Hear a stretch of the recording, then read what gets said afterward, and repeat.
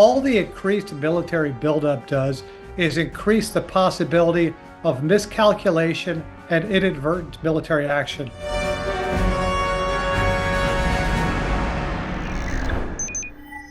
Well, I think even though there's been a lot of talk from the press and from officials on both sides, not much has changed in the last weeks and months.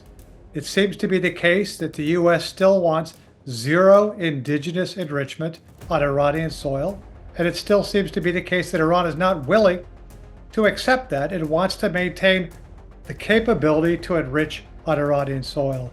And as your correspondent said, there's other issues about what other topics negotiations cover, but the bottom line is the nuclear program.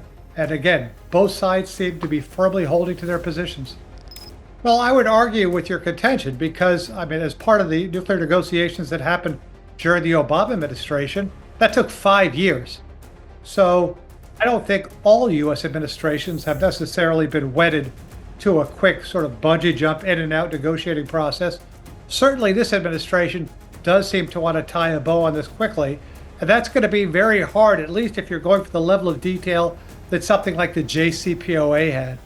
But it could well be the case that this administration is willing to settle for something analogous to what they did with the 20-point Gaza peace plan, a page or two of text that both sides agree on.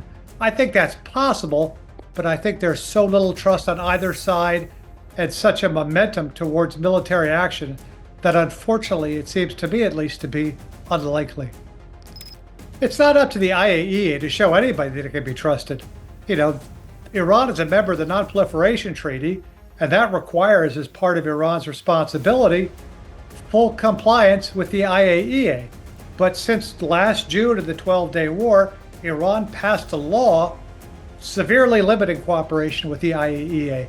Now, Iran says that that's due to trust issues with the IAEA, but to be brutally frank, Mossad, the Israeli intelligence service, has done such a good job penetrating all levels of Iranian government to include its nuclear program.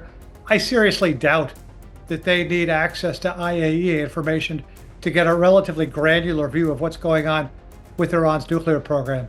But just to repeat what I said at the beginning, it's not up to the IAEA to prove to Iran that Iran should trust it. At this point, it has no additional or marginal influence. You can have 2 aircraft carriers, you can have many aircraft carriers. All the increased military buildup does is increase the possibility of miscalculation and inadvertent military action. At this point, both sides realize that the other is willing to attack.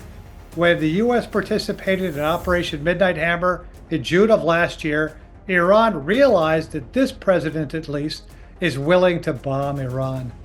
And for Iran's point of view, now that they've lost so much of their strategic deterrent, they're trying to make it crystal clear that unlike previous Iranian military action, if provoked, this time their military reaction will be far more extensive. So I think each side realizes that the other is willing to use military force. Well, I'd like to point out there is no negotiating going on, okay?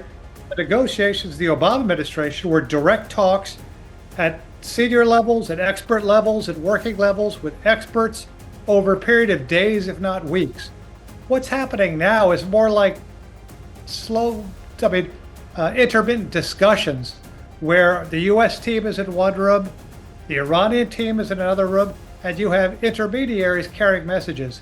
Yes, there is occasional direct contact, but the pace and the depth of what at least I, as a former diplomat, call negotiations hasn't even started yet.